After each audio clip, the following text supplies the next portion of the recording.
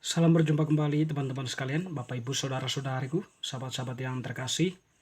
Marilah pada kesempatan ini kita kembali lagi bersama-sama mendengarkan sabda Tuhan yang kita ambil dari Penginjil Matius bab 19 ayat 3 sampai 12. Perceraian. Maka datanglah orang-orang Farisi kepadanya untuk mencobai dia. Mereka bertanya, "Apakah diperbolehkan orang menceraikan istrinya dengan alasan apa saja?" Jawab Yesus, "Tidakkah kamu baca bahwa Ia yang menciptakan manusia sejak semula menjadikan mereka laki-laki dan perempuan? Dan firman-Nya, sebab itu laki-laki akan meninggalkan ayah dan ibunya bersatu dengan istrinya, sehingga keduanya itu menjadi satu daging. Demikianlah mereka bukan lagi dua, melainkan satu. Karena itu, apa yang telah dipersatukan Allah tidak boleh diceraikan manusia." Kata mereka kepadanya, "Jika demikian, apakah sebabnya Musa memerintahkan untuk memberikan surat cerai jika orang menceraikan istrinya?" Kata Yesus kepada mereka, "Karena ketegaran hatimu, Musa mengizinkan kamu menceraikan istrimu, tetapi sejak semula tidaklah demikian. Tetapi aku berkata kepadamu, barang siapa menceraikan istrinya kecuali karena zina, lalu kawin dengan perempuan lain, ia berbuat zina." Murid-murid itu berkata kepadanya, "Jika demikian halnya, hubungan antara suami dan istri, lebih baik jangan kawin." Akan tetapi ia berkata kepada mereka, "Tidak semua orang dapat mengerti perkataan itu, hanya mereka yang dikaruniai saja. Ada orang yang tidak dapat kawin karena ia memang lahir demikian dari rahim ibunya, dan ada orang yang dijadikan demikian oleh orang lain. Dan ada orang yang membuat dirinya demikian karena kemauannya sendiri, oleh karena kerajaan surga. Siapa yang dapat mengerti, hendaklah ia mengerti." Demikianlah sabda Tuhan, terpujilah Kristus. Bapak, Ibu, Saudara-saudariku, teman-teman sekalian, sahabat-sahabat yang terkasih.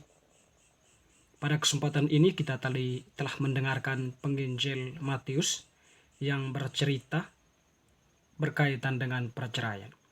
Jadi perceraian ini merupakan sebuah persoalan yang dibawa oleh orang-orang Farisi kepada Yesus. Tetapi sebenarnya bukan maksud mereka agar Yesus itu memberikan sebuah pemahaman tentang hal itu, tetapi hanya ingin mencoba Yesus. Apakah Yesus itu menyetujui perceraian itu atau tidak? Mereka berkata, "Apakah diperbolehkan orang menceraikan istrinya dengan alasan apa saja?" Yesus menjawab dengan menggunakan referensi dari kitab Kejadian, ya. Kalau kita pahaminya, kitab Kejadian, apakah diperbolehkan orang menceraikan istrinya dengan alasan apa saja? Yesus menjawab, "Tidakkah kamu baca bahwa Ia yang menciptakan manusia sejak semula menjadikan mereka laki-laki dan perempuan?" Artinya bahwa ketika Allah menciptakan manusia, Allah itu melihat kesempurnaan itu ada ketika laki-laki dan perempuan itu diciptakan bersama. Meskipun dikatakan perempuan itu diciptakan dari tulang rusuk, bukan berarti bahwa dia itu menjadi orang yang second class dalam kehidupan kita. Tetapi dia itu menjadi seorang penolong, pelengkap kita sebagai laki-laki. Dan sekaligus laki-laki tidak bisa menjadikan budak oleh perempuan. Dia hadir sebagai pelengkap juga bagi perempuan. Sehingga laki-laki dan perempuan itu dipanggil untuk hidup bersama, untuk saling mengasihi, saling melengkapi.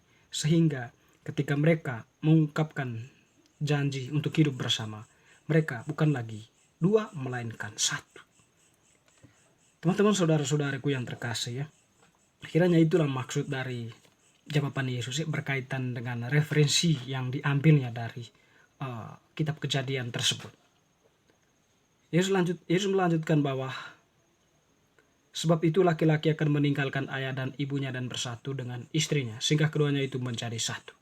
Demikianlah mereka bukan lagi dua, melainkan satu. Karena itu apa yang telah dipersatukan Allah tidak boleh diceraikan oleh manusia. Jadi menarik sekali pesan Tuhan, ya. Mungkin ini berhubungan dengan sakramen perkawinan yang telah kita terima di dalam gereja, di hadapan gereja, saksi dan para pastor, uskup yang mempunyai hak untuk memberikan sakramen itu.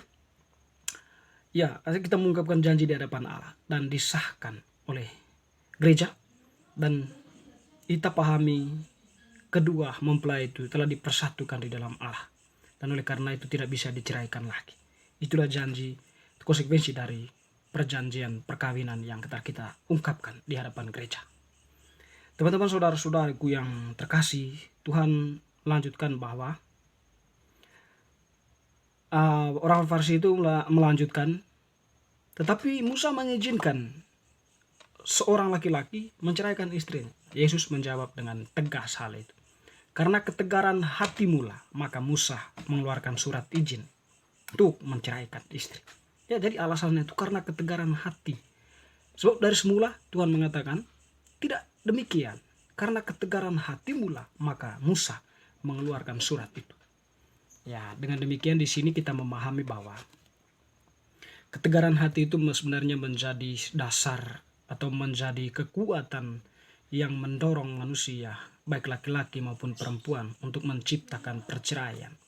Dengan cara apapun yang menjadi modusnya, pada akhirnya hanya untuk bercerai dengan pasangannya. Jadi hal-hal ketegaran hati itulah yang menjadi dasarnya. Ya, kalau kita kembali dalam konteks kita sangat relevan ya. Ya, mungkin ya kita melihat orang-orang yang kita kenal ya, bisa ranjang dengan suami atau istrinya. Ya, bukan tidak mungkin ya kita memahaminya sampai ke sini, bahwa ketegaran hati itulah yang menjadi pokok persoalan utama. Tidak mampu menerima kekurangan sesamanya, tidak mampu menerima kekurangan pasangannya, tidak mampu menerima dia apa adanya, tapi cenderung menuntut sesuatu yang sempurna.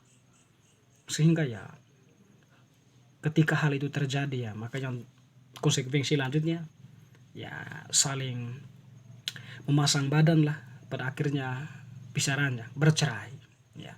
Semuanya itu ya berawal dari ketegaran hati, ketutupan hati untuk menerima pasangan apa adanya ya, sehingga ungkapan perjanjian perkawinan yang diucapkan itu ya hanyalah sebuah formalitas, tidak mampu dimaknai dalam kehidupan nyata. Suka dan duka dalam kehidupan perkawinan itu adalah sebuah konsekuensi perjalanan hidup dua orang yang dipersatukan ya, dengan segala karakternya yang berbeda, latar belakangnya yang berbeda. Jadi satu hal yang menjadi poin penting agar perkawinan itu tetap utuh, tetap terjalin, saling menerima satu sama lain apa adanya, saling pengertian, saling mengasihi, saling mencintai. Paling tidak itulah kekuatan kita untuk menghindarkan diri dari perceraian itu. Jadi teman-teman, saudara-saudariku yang terkasih, orang kadang-kadang melihat perkawinan itu sebagai sesuatu yang formalitas ya, atau hanya sebuah perayaan biasa tanpa ada makna. Benar ya, maknanya dalam.